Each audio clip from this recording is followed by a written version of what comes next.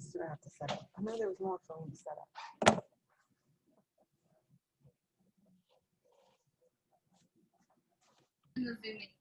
Oh, hi, Dr. Bergeron. I don't know if she can hear us.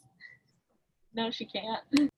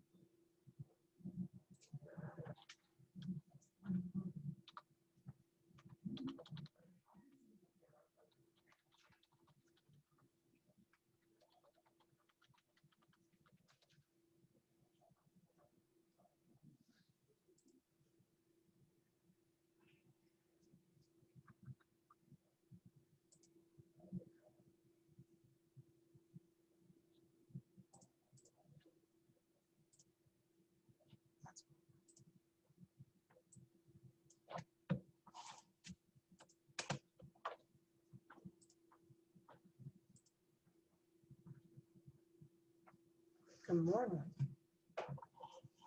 I just opened attendance, so y'all can do attendance if you would like.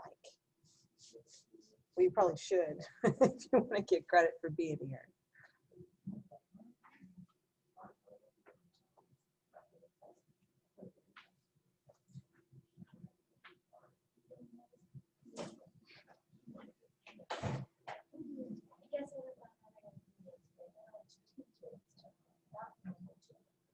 Two, they'll entertain themselves. No. Oh yeah, no, they're not going to entertain themselves at all.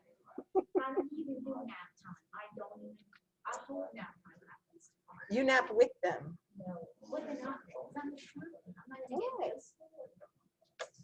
At least sleep then. Okay. All right. What do we got? Oh, y'all walking in, there's a sheet that y'all need on the front desk. I'm sorry. I asked the other people here to help me remember, but but it's a Monday and nobody's on their game today, right?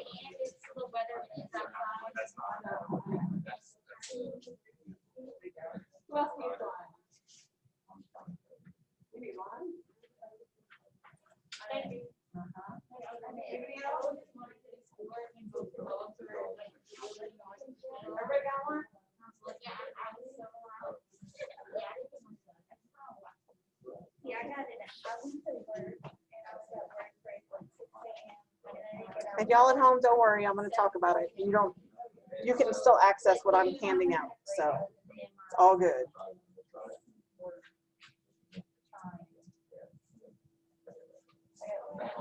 See what it is, huh? Good morning. Oh, Cameron, you need a little packet thing.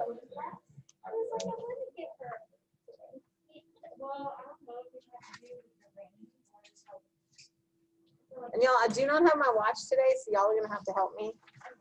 I don't know how I got out of my house without my watch on, but it happened. Because it's a Monday. It explains so much. You need a paper from right here? Yes, our exam is still, always go to this schedule. Everything we need is on the schedule. So I want to say yes, whatever's on the schedule. Let's see, let me make it big. Yeah. Let's see, chapter 4, chapter 5. So we start chapter 6 on Friday. Then we'll do chapter 6 exam on 4, 5, and 6 next Friday. Not this Friday. Next Friday. It is a Monday. Everyone being in the game on a Monday is unheard of. It's true. It's true. All right, y'all want Monday's joke? Y'all ready? It is an awesome one. No, it's not. All right, y'all ready? Here we go. What does a cow keep in its wallet? Moolah. Moolah. My child did not even crack a smile. Telling you, mom's trying on a Monday morning, not even get a smile. At least y'all sort of giggled. That was the warm-up joke. But the bad thing is I don't have anything to follow it up with. Oh yeah, y'all could hook me up. Y'all can hook me up. I liked the gummy bear one. Whoever had the gummy bear one, the gummy bear, Hannah, that was great. That was great. I laughed. Make it count, right? Okay, we got 2 more minutes.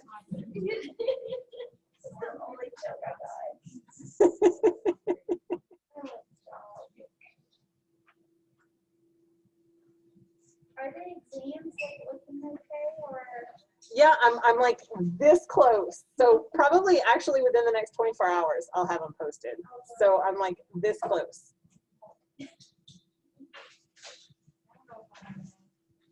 I learned some tricks from Dr. Lowe. I did not know what I was doing, and he showed me how to be the master of Moodle and grading. And yeah. He's very, very sympathetic. Okay, so don't forget to check in on iClicker. I put up the attendance, even though it's not on my screen. I did put up the attendance. So make sure you check in.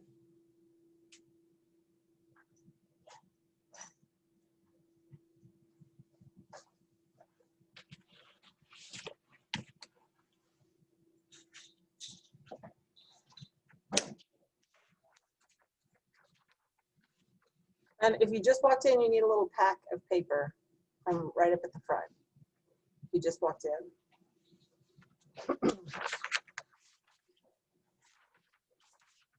Sorry, I'm again not on my game.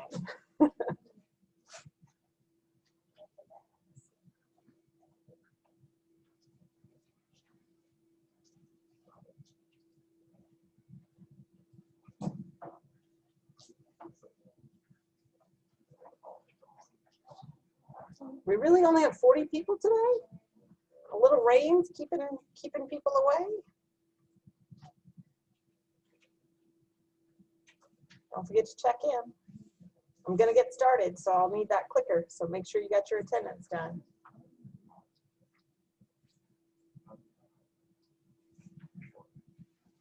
All right, so before we start rocking and rolling on stuff, I wanna tell you about a few things that I did for you.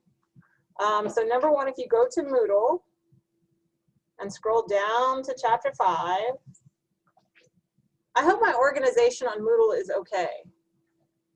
If y'all like know of suggestions, because you've been in tons of people's classes, like what's really nice, what's not, I'm totally open to suggestion. It's all right. So in chapter 5, what you should have watched was section 2, right? So that was protein synthesis, right? That kind of stuff. When you get to section 3, we're going to be looking at protein structure. So the lecture for that is already posted, and I'm so sorry my face is not on them.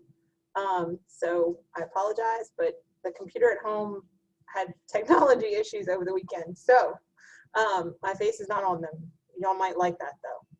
But I did all the hand gestures just like I was on video. I was laughing at myself.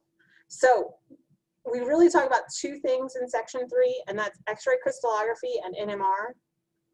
So it's really hard to show those two concepts without some animation, and your book doesn't have any. And so I went and tracked down some really cool videos. So I'm not going to expect you to know the detail that's in here, but it's really great for visualizing what's happening.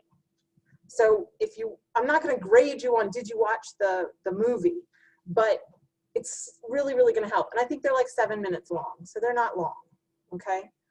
All right, and I was also listening. Can you screen share? Oh my goodness, I can screen share. Yeah, that would be great. Maybe. Where did it go? Here we go. Zoom? No? Y'all, this is so sad. Where's my little bar? Here we go. It was like hiding from me. Thank y'all for saying that I was not screen sharing. Now are we screen sharing? You can see my screen now? Yay! Okay, thank y'all. All right, so in chapter 5 on Moodle, this is where I'm referencing the 3 videos. 2 on X-ray crystallography and 1 on NMR. All right, the next thing I wanted to show you on here is the little pack of papers that you picked up right there in the front. This is the exact same thing right here. And y'all, I think what I was wanting y'all to do with these longer clicker questions, y'all need more time to think and to digest and to figure out the answer, right? I think that was, I don't think it's that you can't get there. I think it's that I just should have given you more time to get there, okay? So I kind of put these, and I started with section 1 because we did a couple in section 1. So the answers are not on here. So you need to fill in the answers for 1, 2, and 3. We already did those. So we're going to pick up on number 4, but we're not going to pick up on number 4 today because you need time to kind of think and digest, right? So I want to pull these up next time we're together, and we're going to pick up right here on number 4. And so I have 1, 2, 3 from section 1, and then here are some from section 2. So there are questions that you need to kind of think about, and I want you to come to class with an answer. Does it have to be the right answer? No, it's a clicker question. It's okay. But I want us to be able to talk about it, but to have given you enough time to think about it. Does that make sense? Y'all okay with that? Yeah? All right, I'm really trying here. I'm really trying to make this helpful. And so we'll see how that goes. All right, so I'm gonna minimize that. So I do wanna do some clicker questions though. And they're not as long, I promise. All right, so I renumbered. If you were trying to keep track of which ones were which, when I took out the longer ones, I renumbered them. So if you're kind of keeping track with numbers, know that it's not quite right. All right, but the last one that we kind of talked about, I believe, was this one with the Kamasi Brilliant Blue, right? Okay, so can I like unzoom because I'm not seeing the whole screen. How do I zoom out a little bit? Let's see, 125. Okay, that's good. Oh, come on. Okay, can we all see that? Is that okay? I think if I go to full screen, it's not gonna, oh, well, maybe. Okay, we're gonna try it. So from section 1, you should know the different chromatography techniques, right? So I'm gonna give you some situations, right? And you're gonna tell me what the best method for purifying whatever it is I'm telling you to do is, right? And we're only got 3 choices here, either gel filtration, affinity chromatography, or ion exchange chromatography. So this shouldn't be too bad. So we're gonna match, this is gonna change, and these 3 are gonna all stay the same. So we've got 52 people in class today, that's great. All right, so let's do this. All right. Oh, I don't know what I did with this. Sorry. That should be, yeah. So that's just nothing. Okay, so if you have a natural or a mimicked ligand for your target protein and it's bound to a solid phase resin, usually a dextran bead, what type of chromatography technique are you using?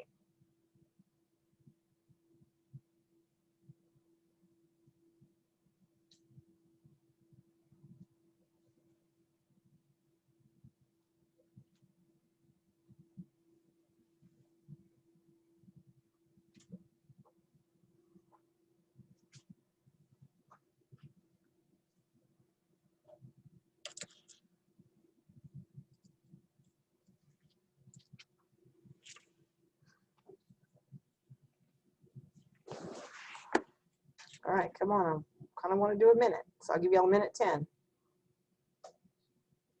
For one person.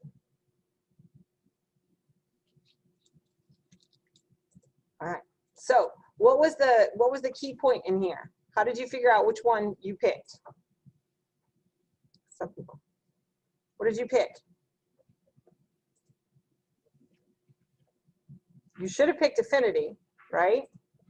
So why did you pick affinity? Because it has a ligand. It has a ligand. If you're going to do affinity chromatography, don't you need some kind of two things, right? You need two things to come together. So that's affinity, right? And so we have this ligand that's bound to a solid phase resin. If you have a ligand bound to a solid phase resin, are you going to be gel filtration? No. Are you going to be ion exchange? No. The ligand is telling you that it is affinity. Okay? All right, let's try another one.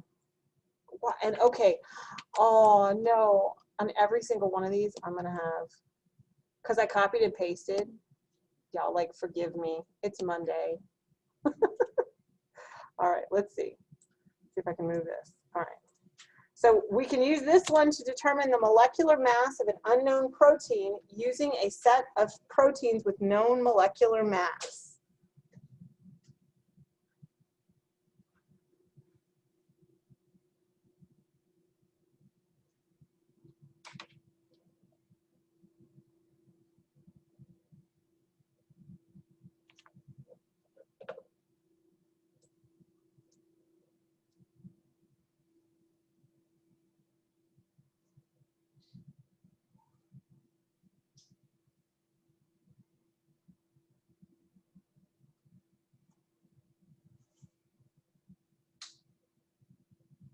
You guys have 1 minute.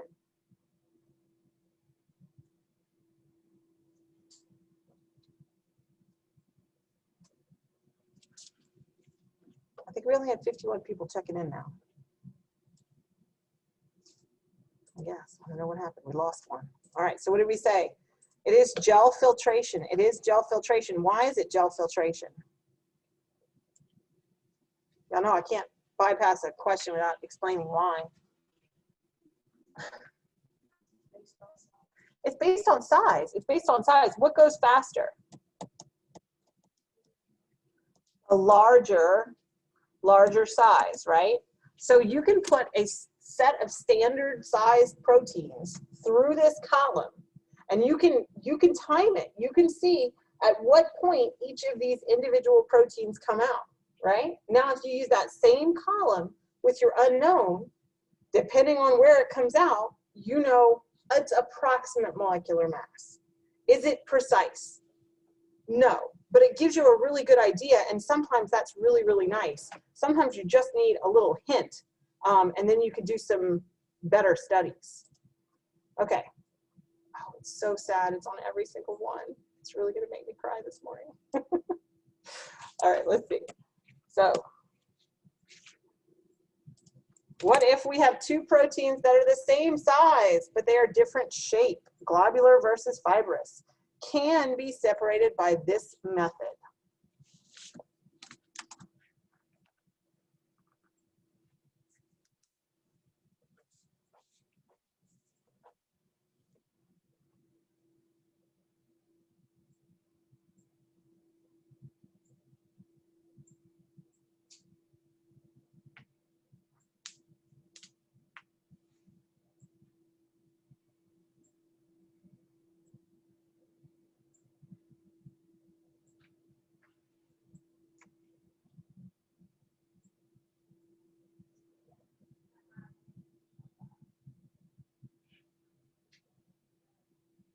10 seconds.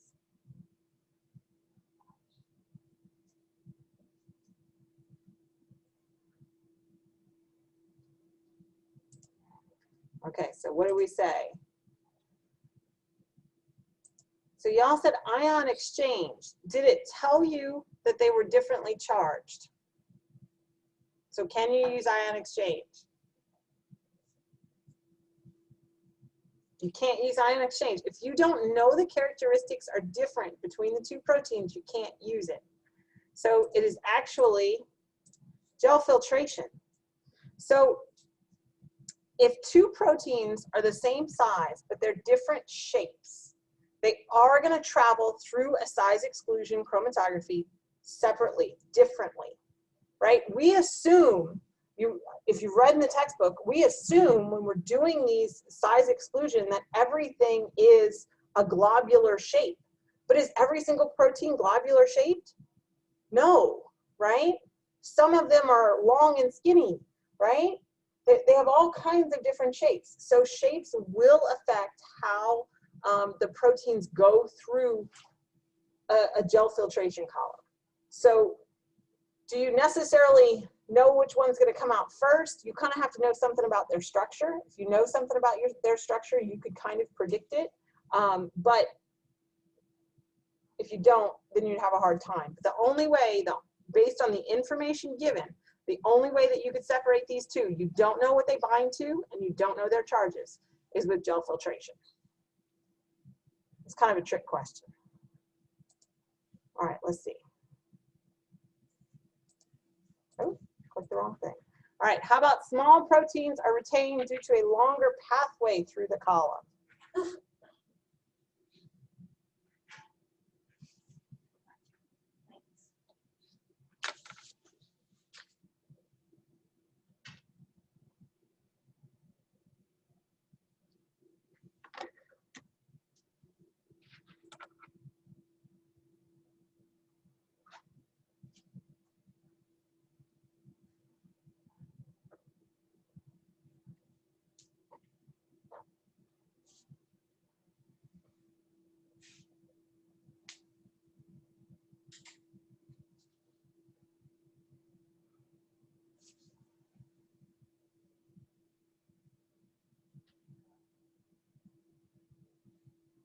Okay, 5 seconds. Well, now 5 seconds.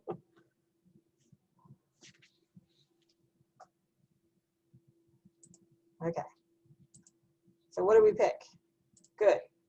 Gel filtration. So it should be gel filtration, right? Why do smaller proteins get retained longer? What does that have to do with? So are the beads solid beads? No, right? They have this kind of like meshwork of, they kind of look like, I think, coral. That kind of looks like a basketball. But it has holes, right? And so if you're a bigger protein, you can't fit in the holes, and so you just slide down. But if you're small, you go through all the little pathways and get there. Good. All right. This is so sad. All right. So separates proteins based on specific binding properties of the target protein. Yes, Ross. Yes, that's exactly right. Yes, beads are mesh.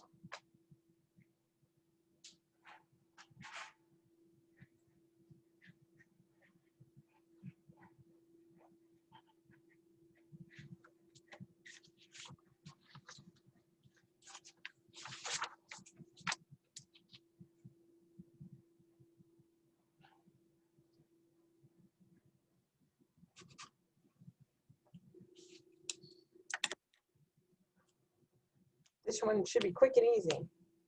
What do we usually have, 50? 50 responses? Or 49? All right, I'm calling it. So what did you say? Separated based on specific binding. Good, specific binding. When you're talking about specificity of binding, that specifically says affinity. How tightly it binds to whatever is conjugated to that bead, right? So that's affinity. Good. Let's see. All right. How about, here we go. Protons being protons, proteins being displaced from the resin by changing pH or increasing the ionic strength of the elution buffer. We hinted to this one yesterday, Friday.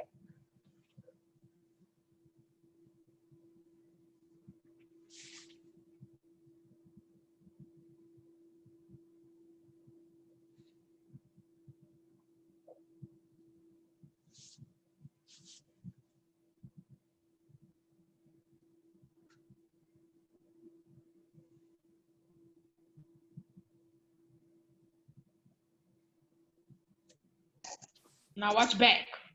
Watch back. Watch back. We must be down to 49. Watch back. Watch We back. get to 49 and stop. Must be. All right, so what did y'all say? Good, ion. So tell me, how is it that changing the pH will affect an ion exchange column? Brainstorm. How does that work? How does changing the pH affect an ion exchange column? Storm. I'm not talking about charge. Call you Barry. I'm talking about Storm. pH. Leave the fuck alone. It does. If you know the isoelectric focusing point of your proteins, you know when they're protonated and non-protonated, right? And that's what gives an overall charge to your molecules, to your proteins, right? So if you can adjust the pH and you can adjust it between two proteins that you're trying to separate, you can keep one attached to the column and you can elute the other. Same thing with changing the ionic strength. Both of these two things will do the same thing. Does someone have their, oh, okay. So it's not that the protein will move to the same pH as the PI. That's an isoelectric focusing gel. Here we're talking about filtration.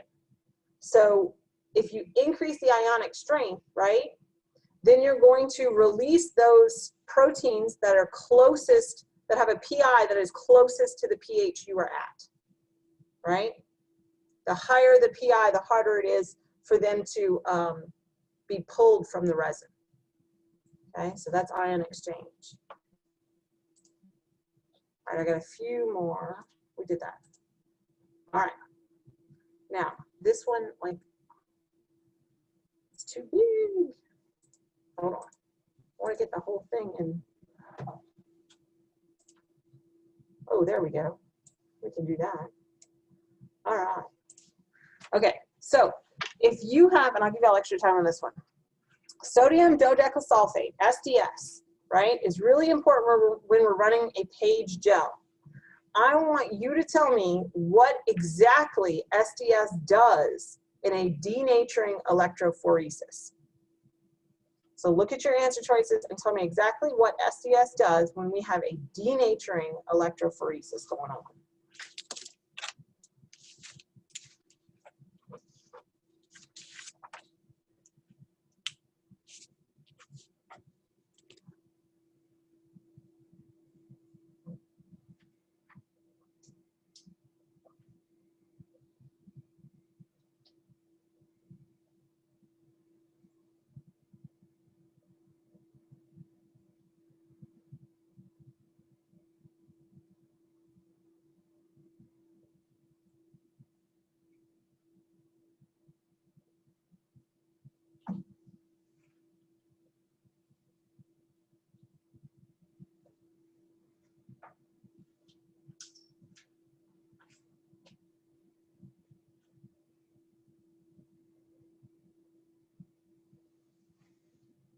Can I give y'all until a minute?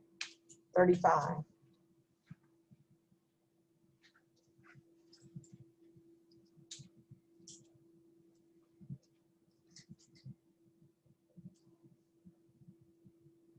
Okay. So what did we say? Oh, we got a big range here. Let's go through each one and say if it's true or false. SDS is a charged detergent. Is that part true? Absolutely. It's absolutely true. It is a charged detergent.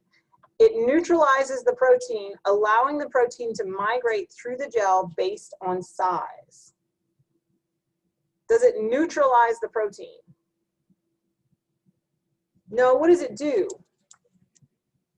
It surrounds it in what? A negative charge. And this is really important.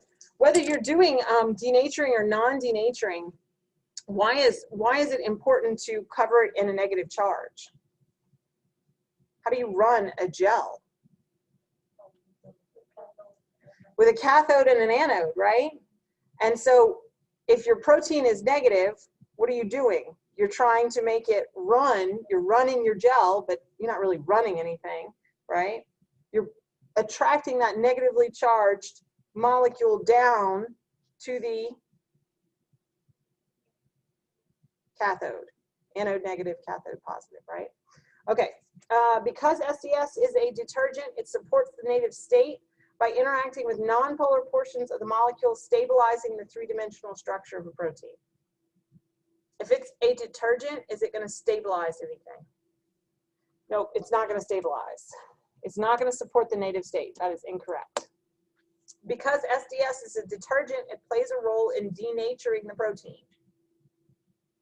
True or false? Why?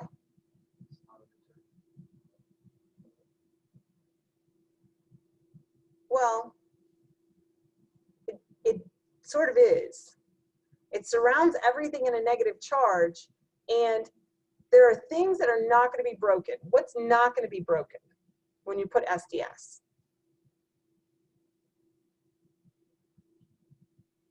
That holds peptides together within a complex. Good morning. Bonds, what kind of bonds? Allie's giving it a go. Disulfide bonds. Disulfide bonds are going to hold those peptides together. So is SDS going to break disulfide bonds? Absolutely not. It's not. Will it interfere with the structure of the protein? It will. It kind of turns it into kind of a glob. So it does alter the shape. It does not completely denature the protein. So I would say, yes, it does play a role in denaturing. What else do we do to make sure that if we're running a real denaturing gel, what else do we add? So I'd say this one is correct. But if I really want to denature, what do I have to do? I'm going to add SDS. What else? What? Heat. That's exactly right. I'm going to boil it for about 5 minutes. And somebody said it on the chat, beta mercapta ethanol. What is the beta mercapta ethanol going to do?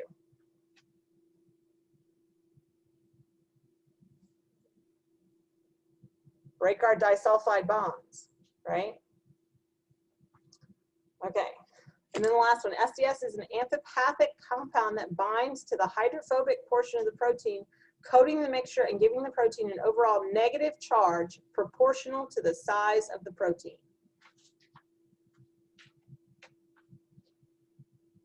Is that true or false? It's true. It's true. Amphipathic meaning what? It has a positive side and a negative side, right?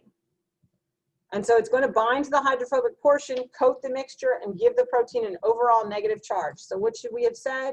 We should have said C and D. Sometimes I'll do that to y'all. I'll give you more than one correct answer. So both D and C are correct answers. Okay. D and C, D and C, D and C. Where's mine? D and C. Okay. All right. Which of the following is a critical concern when purifying a protein? Oh, wrong thing. When we're purifying a protein, what are we most worried about?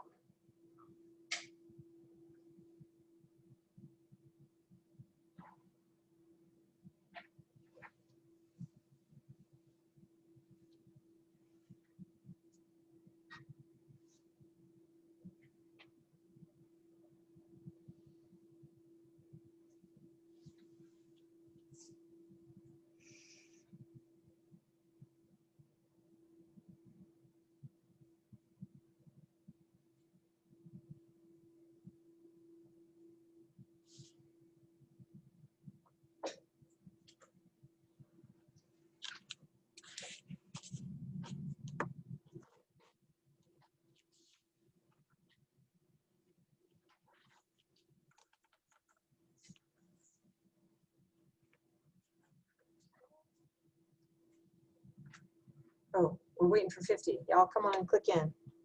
Y'all another 5 seconds.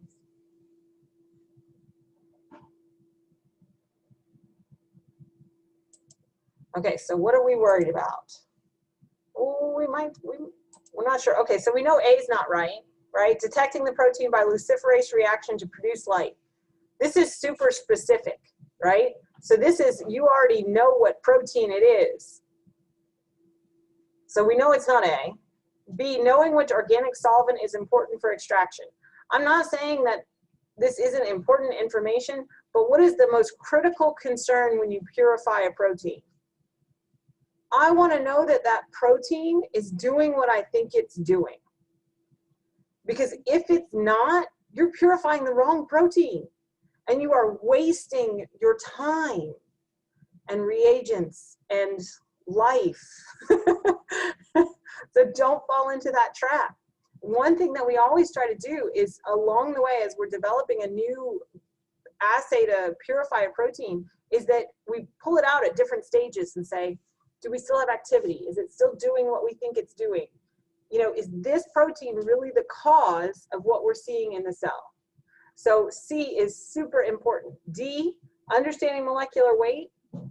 Yes, it's good to know, but it's not the most critical piece of information. So our most critical piece of information is that we know that the protein that we're purifying is doing the job that we think it's doing. So identifying it usually by its function. And so that's really what A is. A is a description of a specific protein where we're identifying, yes, we got the protein that produces light, right? Okay. All right. Whoop.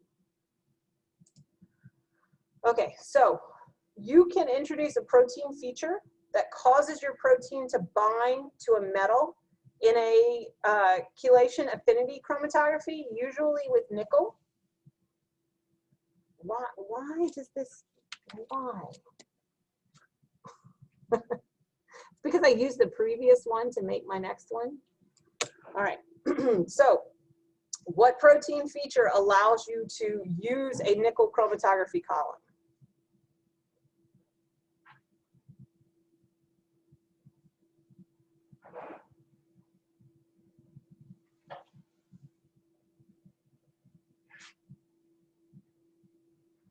Let's circle up. So I'm going to go back and fix it.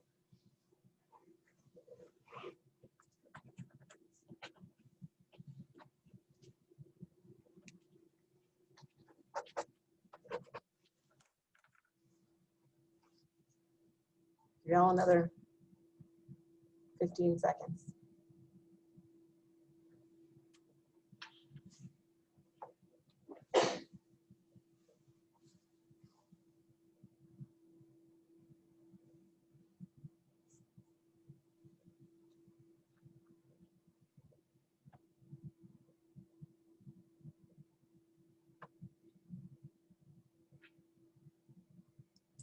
Okay, so what did we say? All right, so really what we use our nickel column for is when we take a protein. See, here's the thing. Sometimes you have a protein and you have a really hard time purifying it because of its inherent properties. For whatever other reason that's going on in your test tube, it's difficult to purify. So what you can do is you can make a recombinant protein and stick a little tag on it. And we're going to talk about why tags are important in the last section in this chapter too. We'll talk about some other kind of tags. But you can tag it, and you tag it with histidine residues at either the N or C terminus. And the reason we do N or C terminus is because usually that will have the least amount of impact on protein folding, right? You don't necessarily want to stick this tag in the middle of the protein and interfere with folding. So you stick it on the ends, and now I didn't have a way to purify this protein before, now I do. I know it will specifically bind to this nickel column. You can have, it's important to understand that you can have structural effects because of the tag. It's not perfect, but it's a really good possibility if you don't have any other options, right? Okay, so that's specifically for a nickel chelation column. All right, so that is the end of section 2. But there are some extra section 2 like thinking questions in the little long questions I gave you. Okay, so now we're going to switch gears, right? And now we're talking about synthesizing peptides, right? So if we're going to synthesize peptides, we're going to use solid state peptide synthesis. So you watched the video on this, right? Yeah. All right. So there are problems within our inherent makeup of how to build amino acids, right? So you have to block amino acids from just randomly joining together. So we add all kinds of different blocking agents to prevent that from happening. But there's one amino acid that really presents a problem for our normal blocking with FMOC. Tell me, what is that amino acid and then why? I want you to think about why. And I know I talked the whole time, so I'll give y'all a minute from now to answer.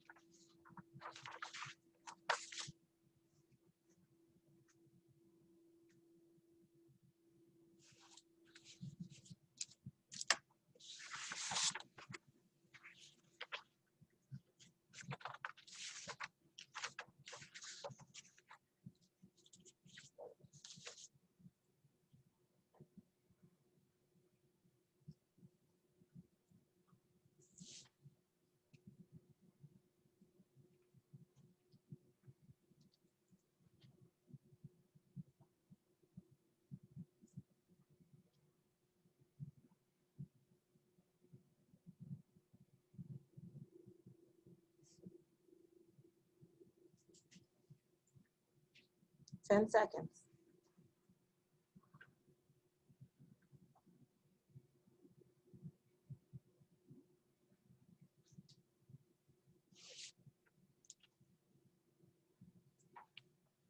Okay, so what do we say? Oh, we had a big range. All right, tell me, as a reminder, how does solid state peptide synthesis work generally? We have a bead, right? And what do we attach to the bead? Our very first amino acid.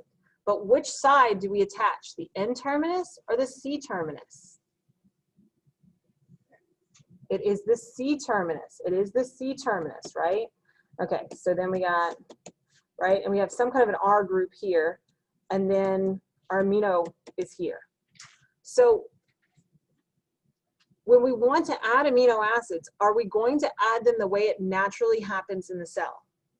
No, because naturally we would attach to this end, right? We can't do that because it's already attached to the bead. So what we want to do is we want to add it to the N-terminus, but not until we're ready, right? Because if I try to load a bunch of these amino acids on a bead, what they're going to end up doing is linking to one another, and you don't want that to happen. So what do you have to do to this amino terminus? We need to add something. What are we going to add? A blocking agent, right? It's called FMOC. So it blocks that N-terminus until we're ready, right? And our R groups, we can add blocking agents to those R groups. But there's one R group that creates a particular problem. Anybody know what that R group is? Since, seeing as we were talking about the N-terminus, which R group is going to be a problem? I know y'all already kind of said, but it's going to be lysine. So lysine has an amino R group, right? So the R group side chain is also going to react with our blocking agent, right? So you have to be very careful that when you unblock with FMOC, if you unblock that side chain, what's going to happen? Instead of adding, right, if this is your carboxy terminus, CH, you have an N, you have an H. we want to add here. This is where our FMOC is. This is where we want to add a new amino acid. But what happens here when we have lysine? You're going to have, and I'm not drawing the whole structure because I'm going to run out, but I have another amino group here. So this one is also attached. Whoa. Can I zoom in again? Ah. Okay. So then I'm going to add, when I add FMOC, it's not going to differentiate between the two, right? Now, if I remove FMOC, what's going to happen? My new protein could come in, my new amino acid for the protein is going to come in, and do I know if it's going to bind here on the N-terminus where it's supposed to, or if it's going to bind here on the side chain of lysine? So lysine can be a big problem for solid state peptide synthesis. So you have to take some extra precautions if you know you have lysine inside of the sequence.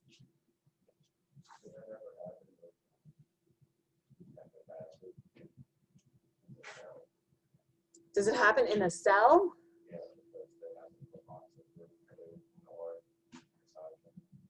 Usually not, because it's not inside the ribosome, right?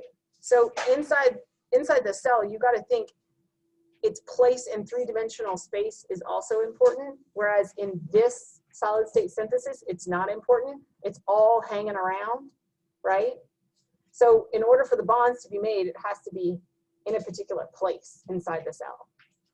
So, but that doesn't matter here, because all you're doing, right, is pouring, you know, a whole bunch of this amino acid over it. So any bond that can form will. Yeah. So it's different inside the cell. That's a good question, though. All right. Okay, I got one more long question. I don't know if that's even gonna, hold on. We did this before, didn't we? Ahaha. Woohoo. Okay. So you've isolated a protein that you want to learn what's its sequence, right? So you're going to put it into a mass spec in order to get some peptide fragments and identify what's there, right? So you have your gas phase and you've ionized your molecule, right? I want to know, there are two different ways to create that ion. I want to know which of the following describes our matrix-assisted laser desorption ionization. There's two ways to do mass spec. One of them is MALDI. So I want to know which one describes MALDI.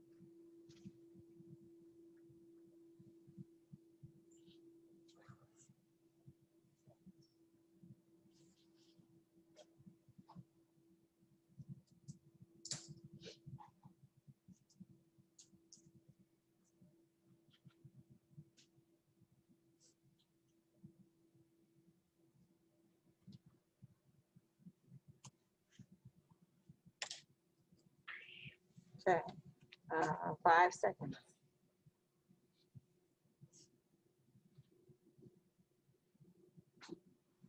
How much did we have? I thought we had like 51 people.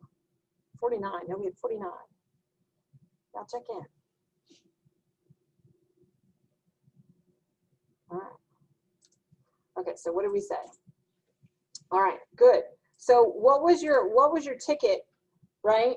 Our matrix assisted. What does that mean, matrix? What's a matrix? Y'all have heard of the extracellular matrix, right? So what is the extracellular matrix? I've taught some of y'all in here about the extracellular matrix. It's stuff that cells secrete that give them support, right? It's not inside the cell, it's extra, so it's extracellular, so it's outside of the cell, and like collagen and all kinds of fun stuff like that that give it support, right? So when you're looking at these questions, you should be looking for clues inside of the names because they're there. You just have to pay attention to them.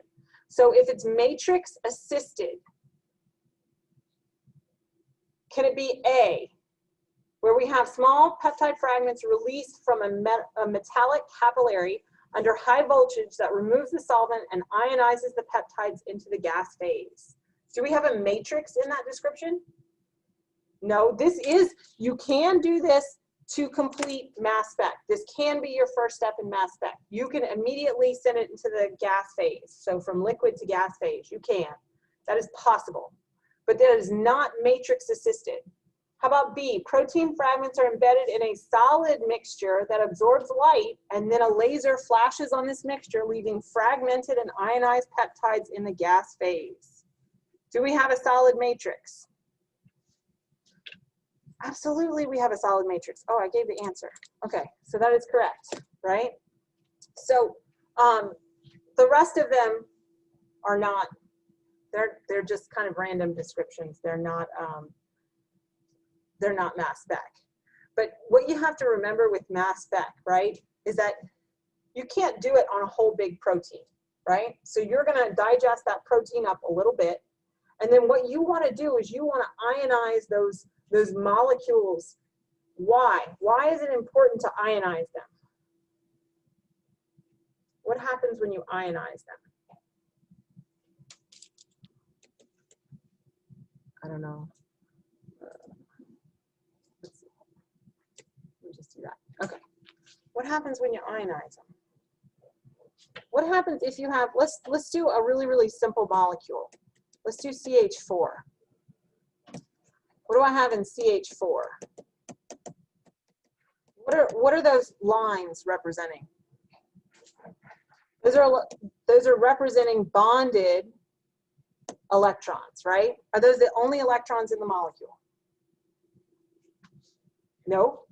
Where are some of my other electrons? Carbon has core electrons. These bonded electrons down here are only the valence, right? Okay, like back to Chem 101. So when you ionize something, what are you doing when you ionize something? I know? You're shooting something at it. You're shooting electrons at molecules. So it's like playing pool, right? You got the cue ball, and the cue ball is your electron. And you aim your shot, and you aim that cue ball at your molecule. So you have one electron that'll basically bump another electron out of the molecule. So what are some possibilities that could happen? You could hit core electrons, or you could hit valence electrons. If you hit core electrons, what happens? If I hit a core, let's say I hit a core electron. Are my bonds going to change? My bonds are not going to change. I'm still going to have my same molecule, but this molecule is now going to carry a charge of, I knocked an electron out. +1, right? +1, not -1, +1. Okay? Now, when I send this molecule through the mass spec, right? You're going to ionize it. It's going to go through the mass spec. What happens is you have magnets on either side. And then here's your detector, right? So these magnets are going to make your molecule curve. And when that molecule, the only reason the molecule curves is because it's charged. So when that molecule curves, it's going to hit the detector at a spot that's dependent upon what? On the what?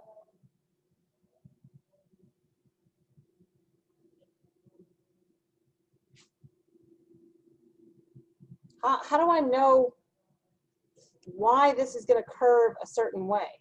It's charged, so it'll be affected, but how do I know the intensity of that curve? By the mass. It's exactly right, by the mass.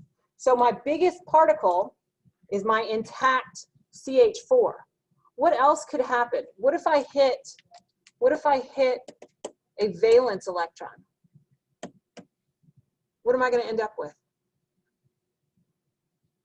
What if I hit that valence electron? What do I end up with? I end up with fragments, a CH3 fragment and a hydrogen fragment, right? And these fragments are charged. So my CH3 and my H fragment, let's see, let's do my H fragment in black, right? What should happen when it passes through is it should hit the detector and curve more, right? Because it's smaller. And so it's going to be pulled in more. How about my CH3 should go basically right, well, it actually should go closer to the blue line. But, you know, I'm not the world's best artist. So it depends on the mass of the particle. And then if you add up all these peaks that you get from the detector, I got hit from here to here, right? So I know that this gap is due to one hydrogen, right? And so then you can build your molecule. And you can look at the difference between the peaks in order to find out what had to be there. You can look at the molecular mass of something on the periodic table, right? And so you can add up what's the difference between this peak and this peak. Oh, that's a CH3, that's a methyl group. I know there's a methyl group there. And that's how we figure out what peptides, what their sequences are. Yeah? Anybody watch the little animation on mass spec? I put one, where did I put that? I think I put it in the announcements. Is that where I put it? Maybe. Should I put them also in the chapter 5 section? Would that help if the video were there as well? Because I can go in and do that. I'll go in and do that. So add mass spec videos to main page. Okay. All right, so that's, I think that one's the end of my section. Yeah, that's the end of my section 2. So section 3 is homework for you to watch tonight. So what I want you to do today, y'all are gonna get out 5 minutes early, but what I want you to do today is I want you to watch the little video on 5.3 and 5.4. But I want you to try some of those long clicker questions because I'm going to pull them up first thing tomorrow, and everybody's going to click in their responses, and then we're going to talk about them tomorrow, Wednesday. Okay? So we'll try that, and we'll see if that runs a little bit better. So you'll have more time to think. All right, any questions?